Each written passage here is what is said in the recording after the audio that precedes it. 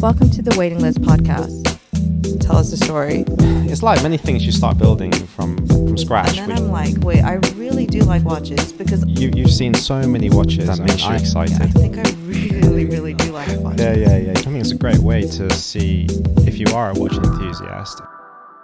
Okay, hey guys, welcome back to part 2 with FP Tan. We released the part 1 last week, so if you haven't checked that out, make sure to go and listen to that story first. We discussed, anywhere from Fed's personal story and how he got into fashion and art, and then we also heavily talked about the sneaker culture. So if you're interested in that, make sure to go and check that out. But for this interview, it'll be very chill.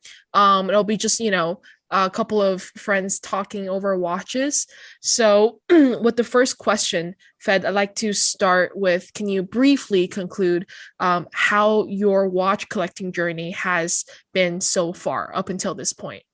Well, it's been the watch collecting journey. I would say, it's probably gone now for probably about 15 years, more or less. And, I, as we had discussed, Jacqueline, in the beginning, it was more about like me wanting to, like I said, I got into watches. Sorry, let me kind of backtrack a little bit. So I got into the watch game, I guess, a little over 15 years now. But my first introduction to collecting watches, as I mentioned, and the first exposure was really through my interaction with Carson Chan, who's also been on the Waiting List podcast. So Carson Chan is one of my oldest friends. And, we really go way back. And he was sort of like, when I first met Carson, he was already introduced to me as the watch guy, right? And at that point, I really never collected watches. We actually met in New York through mutual friends. And I never really collected watches. And then when I moved to Hong Kong, he was one of the first people I called up when I came here. And he would kind of tell me about the watches he would buy. Like he would say, I just got this Patek Philippe, or I just got this Rolex, but I never really fully paid attention. And then as Carson's kind of career grew, he started obviously working at Richard Mille, then he went to work at Bonhams. And that's sort of like when I just started obviously becoming more interested. So when he worked at Bonhams, I had the opportunity to pick up some sort of like interesting watches to some of his sales. But at that point, I was really trying to resist buying the usual suspects. I wouldn't want to touch Rolex or Patek. And at that point, I would, like I said, I acquired a Jaeger-LeCoultre memo box. For some reason, I was also really into IWCs at that point. So I picked up a Mark 11. So a lot of these obviously were vintage models already. And then also along this path, I also ended up picking up a modern IWC, its first black ceramic release, which was one of those things where, as we had discussed, there was this journey, this sort of like wanting to acquire this piece that was already sold out at retail, and you can only get it through the platforms or through the online forums, which I ended up getting. So of course, like there was the thrill of the chase, but then when I finally got the watch, put it on my wrist, I wore it one time and then realized it was too much for my wrist, and then put it in the safe, and I didn't touch it for 10 years, right? And then so that was kind of like the I guess onset of like getting into the whole watch collecting thing. And to sort of like Carson suffering throughout this phase, I asked him a ton of questions. And every time I would, let's say, want to buy a watch, he's like, oh my God, you're going to ask me questions every single day, right? And that did happen. And, thankfully he was patient enough to answer all my questions. And eventually one day he just said, you know what, dude, stop buying all these watches because you seem so unsure. I think you should buy a Rolex. So when I got married, actually Carson helped me buy a green Kermit sub for my wedding. He helped me get it at retail, and and I was really like, oh my God, I can't believe I'm buying a Rolex. And of course that ended up being a good call now. And that also kind of like that first kind of like modern Rolex also led me down this rabbit hole of collecting more intensively for the last, let's say, 10 years. So after that first green Rolex, I started actually, or green sub, I actually started looking into vintage Rolex more and more. And this whole vintage Rolex craze for me also kind of like had a bit of inadvertently been influenced by the fashion industry too. So this was sort of like I would say around 2010 when I started looking into vintage Rolex, and also at that time, Japanese brand Visvim was kind of getting kind of very popular, Mm-hmm. right? And that whole sort of like that scene from Japan of brands like Visvim or Fragment, and that kind of scene, like all those guys are basically into vintage Rolex. Yeah. So then that's sort of like, okay, because of that culture that you're trying to be part of, so then, started buying more Visvim, you're buying the FPTs, then, he started getting more deeper into apparel. So you're buying his like MA1 jackets and whatnot. And then you start seeing like, hey, how come these guys are onto all these like vintage Rolex watches? And then you started realizing why, because vintage Rolex was just, this thrill of the chase. There's this thrill of getting that Grail watch. There's this thrill of like understanding the different variations of like dials, models, cases, etc. And I would say for the better part of the like I said, I've been collecting now for I guess 15 years, but the majority of it for 10 years, I just pretty much focus on vintage Rolex. Yeah. I think that leads perfectly onto my second question, which is something that we've discussed yesterday during the call. And what roles do watches play in your life? Do you see it as purely as an accessory or as like a challenge? Because you're a very detail-oriented person, like you mentioned. So what is it about the hunt and the chase for that minuscule detail that fascinates you? Well, okay. First and foremost, so the things I would say I'm quite passionate about are three areas, right? Obviously fashion's always going to be my main passion and first love.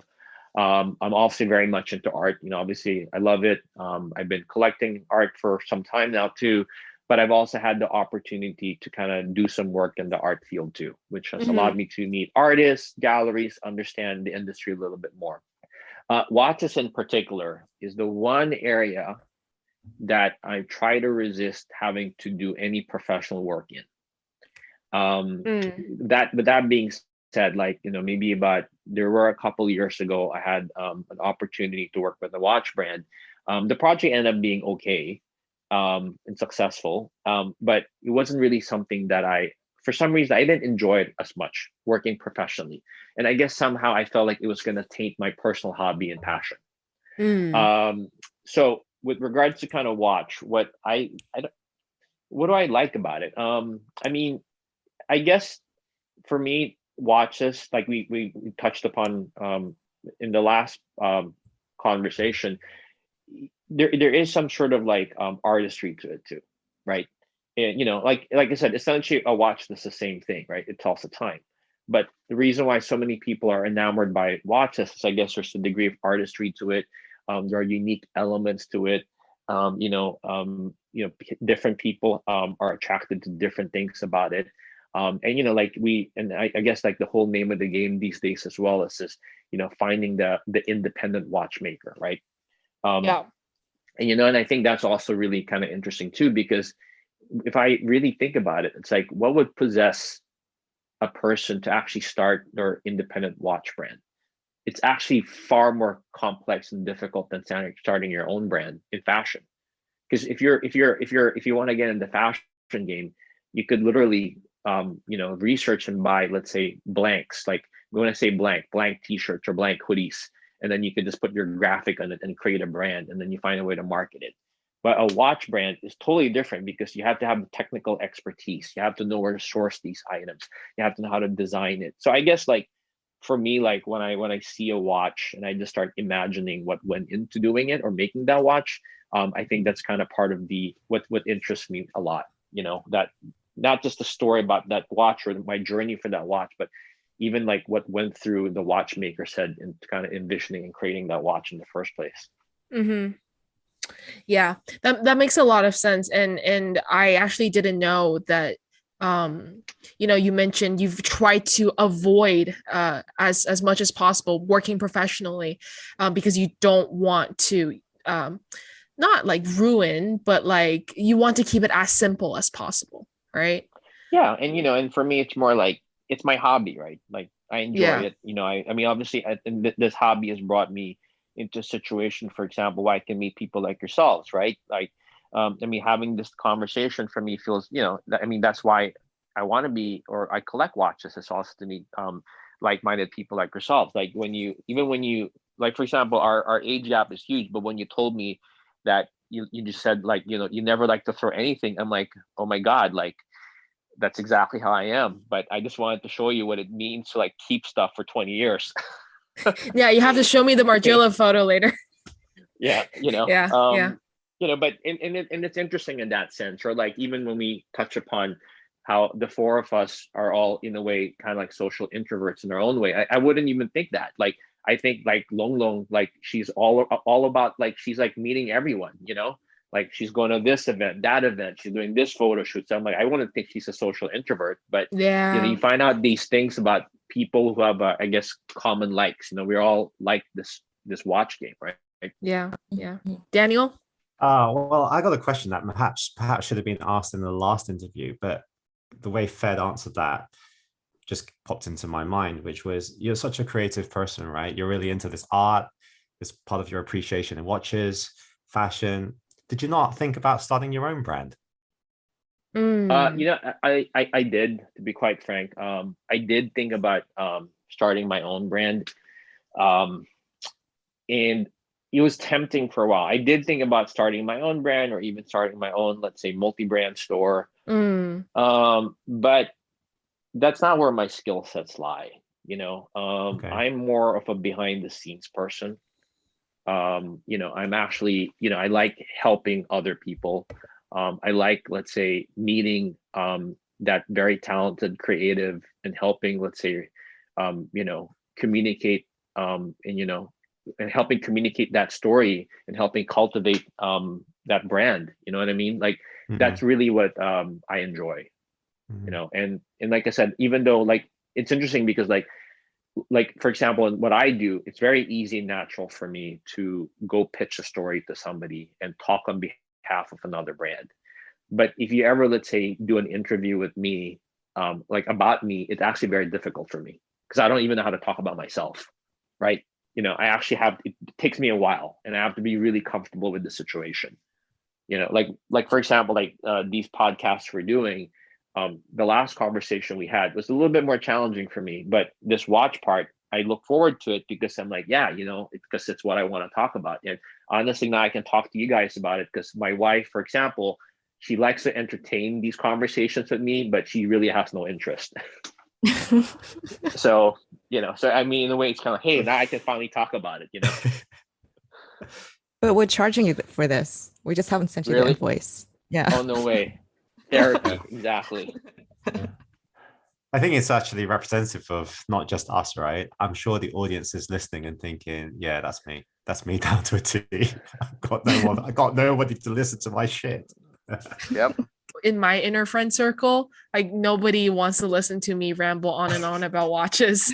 So, we're 70 episodes in, but people might think, oh yeah, I mean, it is a lot of work, but like I love it. I enjoy every minute of it. And it's just great when you find your people. Yeah. Um, I would say, Jack, though, like I think maybe it is a trait of the introverts is that they go really deep into something. Yeah. And so I can listen to you not just talking about watches, but other stuff. Right. And the same with Long Long as well. Um, where you talk about something and I'm astutely listening to everything because there's actually a lot of information there. Like I think useful mm, information. So, and I know you both of you guys have done the research. You're not like very flowery, especially Long Long. She definitely thinks before she speaks. She doesn't really make a comment on something she doesn't know, and is quite happy to admit the fact if she doesn't know enough about it. But then she'll just go away and do the research. So, so yeah, I'm Hey, quite happy. another thing when we're talking about being introverted that I noticed about Fed when we were at Mark's house Yeah, is that so in that book Quiet, right, about yeah, introvert, yeah, they said that usually introverts, which I find this part really true, they generally at a party subconsciously go to the corners of the room or like they stand by the wall. And then the extroverts like to go to the center of the room. not because they want Interesting. to be the center of attention, but that's where all the action is. And then introverts kind of go off into groups of 3 and 4 and have deeper conversations. So I remember we didn't yeah. leave is it the TV stand or Yeah, that like something? We didn't leave row, that. yeah. Yeah, we didn't leave that part, and then Fed came over. Yeah. Yeah. Exactly. Yeah, I had to. Yeah, I guess I found you guys. I guess it wasn't also hard to miss Chester.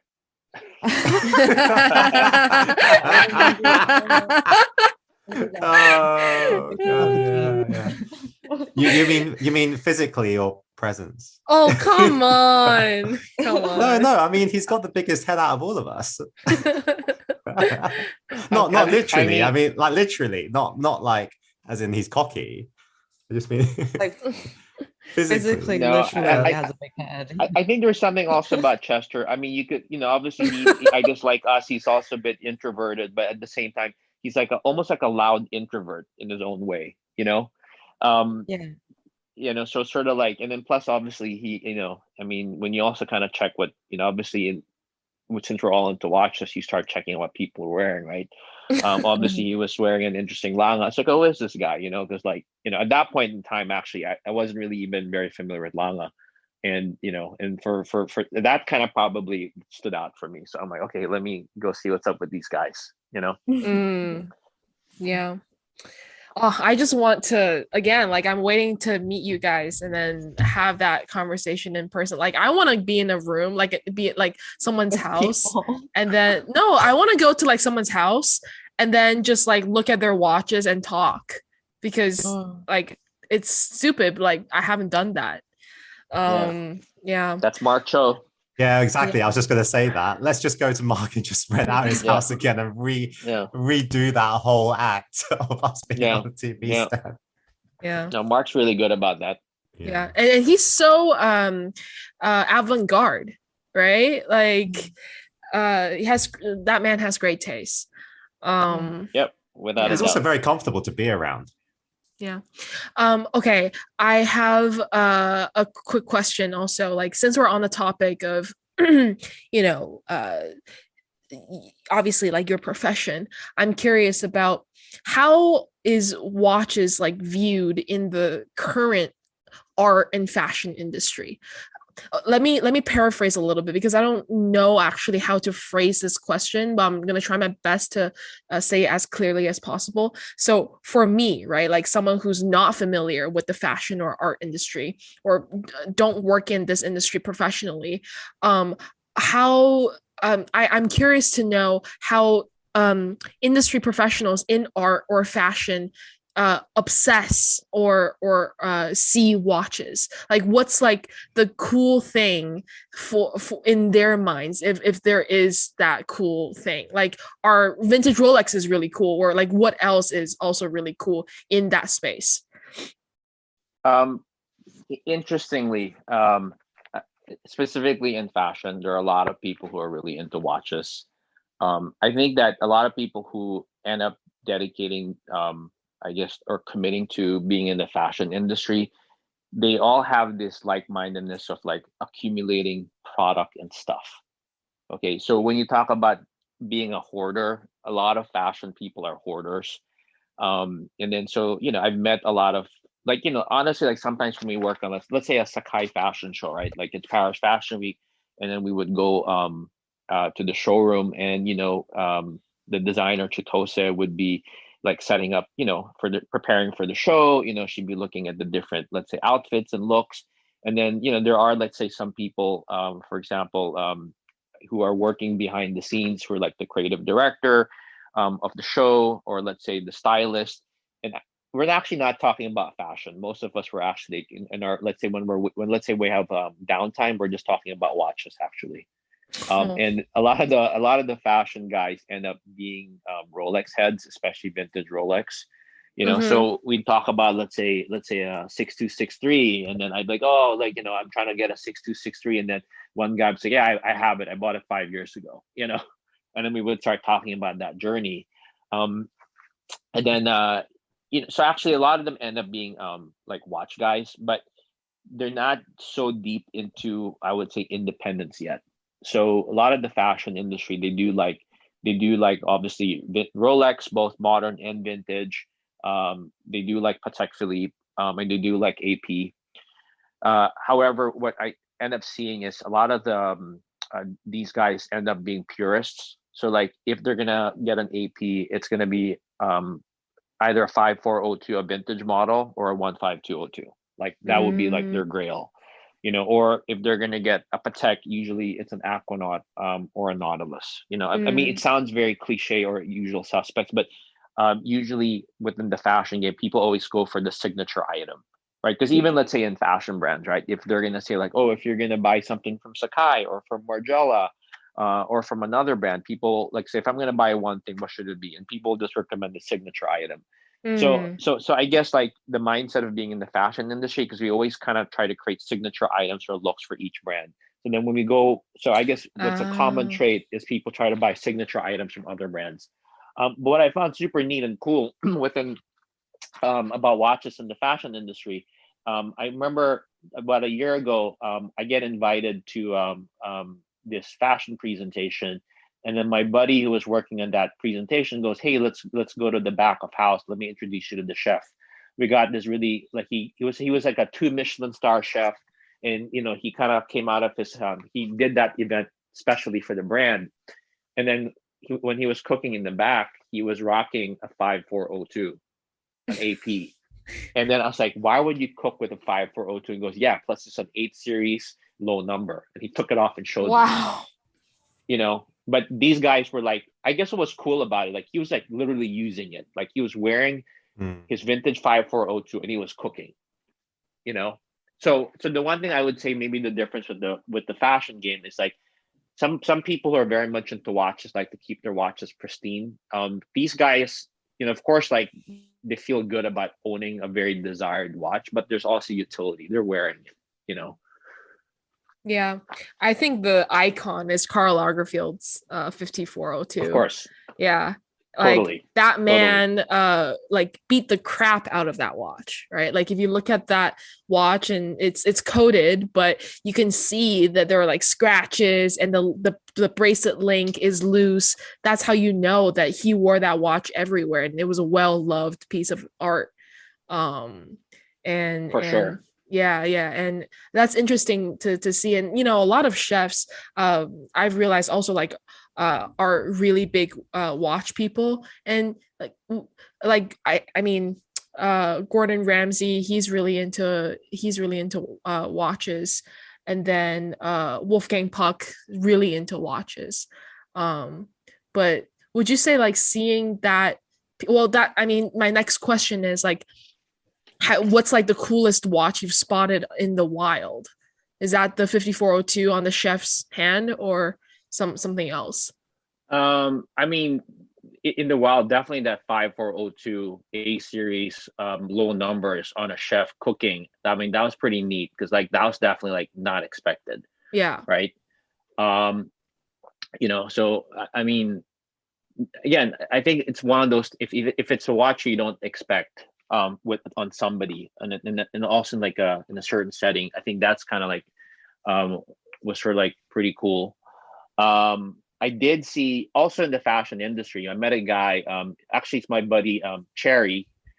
He's a I guess a fashion stylist connoisseur. He owns a store also in Fukuoka called Cherry.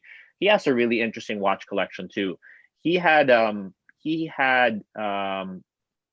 Onyx day date 1803 with Arabic date and numerals, and that was really neat. And again, I didn't expect him to be, because when you see him, he's pretty kind of in a way like externally when you see him, he looks like an extrovert. Like he's got blonde hair, the kind of fashion he wears is very colorful. Not colorful in terms of color, but in like he's quite out there. He knows how to experiment. But in a way, he's also kind of introverted himself. And then I didn't realize he's been collecting watches for a while. So we talk about watches in the wild. Also seeing that unique Onyx 1803 with Arabic date and numerals is really fun. Yeah, and I mean, I've never seen watches in the wild, right? Like very limited.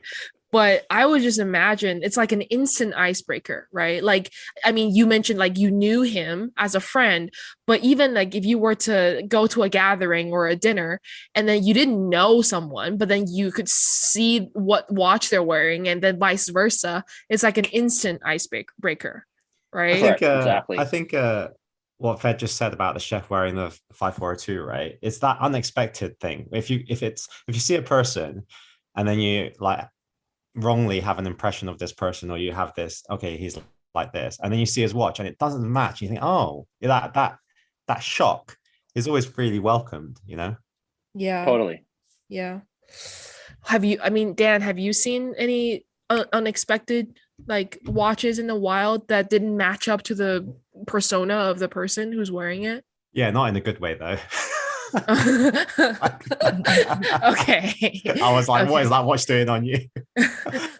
I was Okay. out for dinner like last week, and Oh, very recent. yeah, very recent, because this is what comes to mind, right? It's recent. Mm. And there were two girls like next to me that were eating sushi, and one was wearing the white ceramic AP Perpetual. And Really? yeah, and I thought, hang on a minute, like, how did you get that? Like, because she didn't come across like, she might have been, a watch person. It's just very, what I would say is like very, unassuming, I would guess. Not particularly, well, I just don't want to be rude about the person, but it just didn't seem to match, basically. So it had me thinking, is that real? But I couldn't get close enough to see. You should have. You should be No, like, hey. it's so weird, so weird, right? What do I do? Walk over and pretend to be a waiter? Like, Yeah. "Hi, can I have your order, please?" No, Like, spill show me your watch. spill wine or spill water on her wrist, and then when you go clean it, just grab it and then look. Yeah, but it was definitely something that caught my eye because the white ceramic is quite eye-catching, and she was sleeveless, so it just boom, you saw it. But I was like, huh. That's Yeah. cool. A girl was rocking that. Yeah, it is kind of cool. Yeah. Yeah, yeah. Okay, so next question. I guess we'll talk in future sense. Like actually, like what has been the most exciting watch purchase for you? And then the second question is, what are you looking for in the future? That kind of like, blends in kind of your collecting philosophy for right now. Sure. The most exciting watch purchase for me was actually an FP Journe. So I guess there's like a pandemic or almost like a pre-pandemic, but let's say further cultivated during the pandemic, was getting into modern watches. So like I said, for the most part of the last decade, I've been only collecting vintage Rolex. But in early 2020, I started doing modern watches. And one thing that was kind of exciting was actually picking up an FP Journe Elegante. And this was a very spontaneous buy. It wasn't like usually with vintage Rolex, I would do my research. I'd understand the different intricacies of a particular watch. But the FP Journe was a very Elegante, was a spontaneous buy because I remember that was in January, the tail end of January 2020. I was in Paris for Fashion Week and I had a day off. And I rang up my friend Nicholas, and he told me, "Oh, if you have a day off, you should go to the FP Journe boutique." And then I was in Paris, coincidentally also at RB, who's at Hypebeast, and we both went to the FP Journe boutique just to kind of casually look. And then they showed us a bunch of stuff, and we also looked at the Elegante, which was kind of neat. But then we walked away not buying anything, and then somehow there was just this thought about like, oh, that was kind of cool. But I wasn't really familiar with FP Journe at that point. And then I found out from RB the next day that he ended up going back to the boutique and buying an Elegante Titillate finish. And he just picked it up. Like he just walked in, he asked for it, they had it, he walked off. And then he showed it to me and I was like, oh my God, I really want one now too. So I went back to the boutique and they said, unfortunately, they only had one that week, but they told me to come back on the following Monday, which is when they get new deliveries. And then I was actually leaving Paris that same day to come back to Hong Kong. And then actually I had to go to the airport latest by 10:30 or else I'd miss my flight. So I go to the boutique at 10 on the dot, and the guy told me, "Oh, you're in luck. We received one elegante Kidolin." So I bought it then and there at retail, and I picked it up, got on my flight, and came back to Holland. And of course, 3-4 months later, the whole FP Journe boom erupted, and I'm like, "Oh my god! Like, did I just do that?" So in a way, that's kind of exciting to be able to just walk in, buy the watch that in the way that you really desired. And to this day, I always have a smile on my face when I look at the Elegante. Not because of that. Of course, part of that was the story, but also because it's such a great watch, right? It's a very unique watch on its own. Yeah. I think to those who are listening, like now who are just getting into the watch game, like listening to that story, being able to walk into an FP Journe boutique and actually seeing watches there is something like quite refreshing, because when I went to Dubai recently, I mean there was all the boutiques there were empty, and exactly like what you said, Fed. I remember in November or December of 2019, I was in Boston at the time, and the authorized retailer for FP Journe in Boston is this like family-owned business called Shreve Crump and Lowe, and I was quite friendly with the owners and the sales assistant there, and they actually phoned me and they were like, "Oh yeah, there is a Titleist Elegante that's available in the store. Would you be interested in?" And then I still think it's like that watch is one of the most fascinating in production models of the brand because of the movement, right? I know it's quite a split opinions on the movement, but I really like it. And as soon as I had to travel and get on the subway to travel from Cambridge to Boston, and as soon as I got into the store, the sales was like, "Oh, sorry, you're late because someone just purchased it." And then I was like, "Okay, you literally texted me like 2 hours ago and now it's gone." And they're like, "Yeah, but we have the diamond version." And I was like, "Oh no, it's okay." And now like you can't even find that. So it's just how, yeah, it's crazy how the market has kind of evolved. But I mean, you also were telling me about the story of your Octaloon, which you also got before the whole hype train started, right? So those were really good purchases on your side. I'm just thinking when somebody like says to you, like, "You're in luck," because I'm sure the audience again have probably heard those lines, "You're in luck." Are you really in luck? you know, What do you mean? Right. like, Buying the watch? yeah, like obviously there's really times where you are lucky, or is it actually, premeditated a lot of the time? Mm, Because luck suggests that I, it's I not, it's an opportune moment, right? I think it's an opportune moment when basically you probably didn't expect it, right?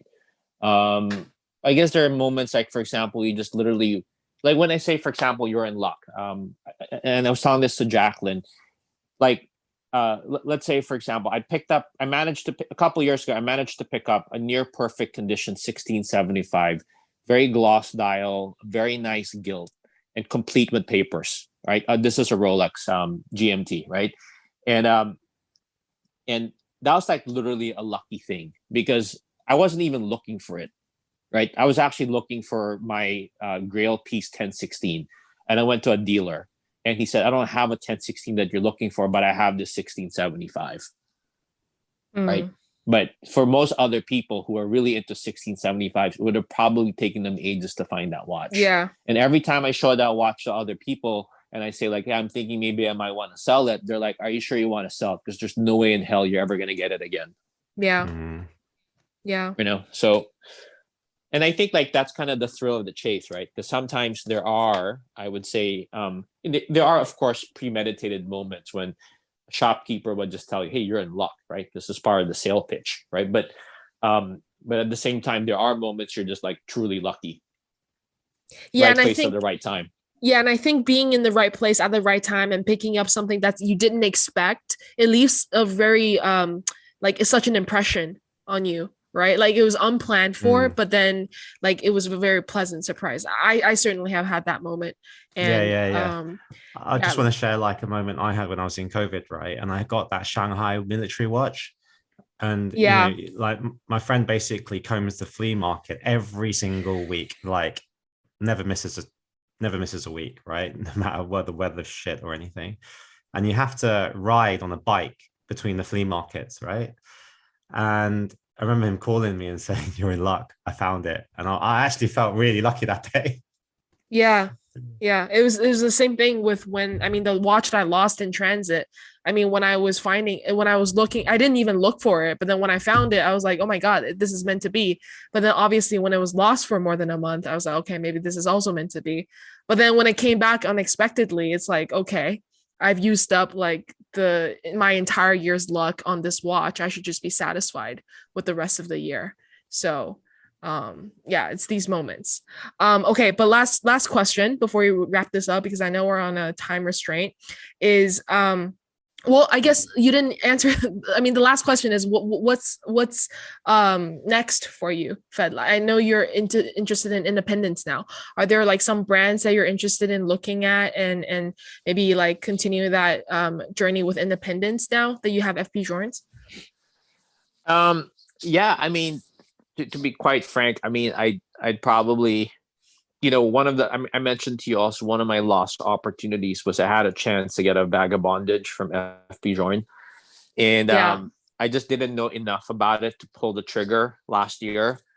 And I guess somehow in my mind, maybe there's still a time, maybe there's still be a way to get it. And the only reason why I like the bag of bondage is just basically, obviously the shape is very interesting to me. Kind of like the open work and the jumping hours is really neat. So yeah, that may be like something I'd still want to get. And then of course the other two independent brands, and we talked about too, is like, Recep is interesting. So I'd really like to see what the next watch he's releasing will look like. And then also Akari. I mean, I'm probably saying his last name incorrectly. Vutalinen. Vutalinen. Okay, there we go. Yeah. That's something I'm curious about to see. Yeah. So, and in terms of the Kari, like I know you like smaller watches, right? You like the 36, 37 millimeter sizes. And actually, you can request for some of his models because most of them are 39, but you can request them in a 37 case. That's what I'm doing. So if you prefer the smaller type watches, it's just something to keep in mind. It is an option, but cool. You just have to request for it. Yeah. Nice. All right. Nice. Yeah. I will do that. Yeah. So I guess we'll end this off with another like quick round of pump pusher quick fires. So Fed, let me know when you're ready. Sure. Yeah. Okay. Vintage or modern? Vintage. Okay. Time only or complicated? Time only. Okay. If you had to choose a complication, what would you choose? GMT. Well, what do you mean? Like if you had to choose like a favorite complication. A favorite complication, perpetual calendar. Okay. Favorite brand other than Rolex? FP Journe. Okay. One watch that you would like to see in person that you haven't seen yet? One watch I'd like to see in person, which I haven't seen yet. I would really like to see the AP titanium watch for the only watch auction. Oh, that was my next question. I was gonna ask like what's your favorite selection from the only watch, but yeah, that watch is sick. Yeah, have you guys seen photos? I've seen the photos. That's the one watch I do want to see in person, because I mean I do love the 15202, but the titanium finish, like we talked about, like how they just finished that watch just looks so amazing. So I'd love to see it in person. Yeah. Long, have you seen the photo of that watch? No, I'm actually Googling. Oh my God, it's sick. They used the like almost like a sandblasted matte titanium finish for the majority of the watch. And then for the middle polished links and the bezel, I forget the word, but something glass, like solidified glass or something. And it's super shiny. So the contrast between like really polished surfaces and matte surfaces, it's a beautiful watch. And then the key thing that I only like noticed yesterday was the signature that they put for Audemars Piguet isn't the modern font. It's actually the original font of the original Royal Oak. So it's so pretty, that watch. Yeah, but I mean, I agree with you. I think that's my favorite one from this only watch auction season. Okay, next question. What are you wearing today, or what are you gonna wear when you get out of the house today? A G-Shock. Okay, it's probably good for the humidity, right? No, because we can answer that twice. The reason why I'm saying it's a G-Shock is just because I have to set up an event today, and I don't wear these expensive watches when I know I have to set up an event, so I usually just get a G-Shock or an Apple Watch.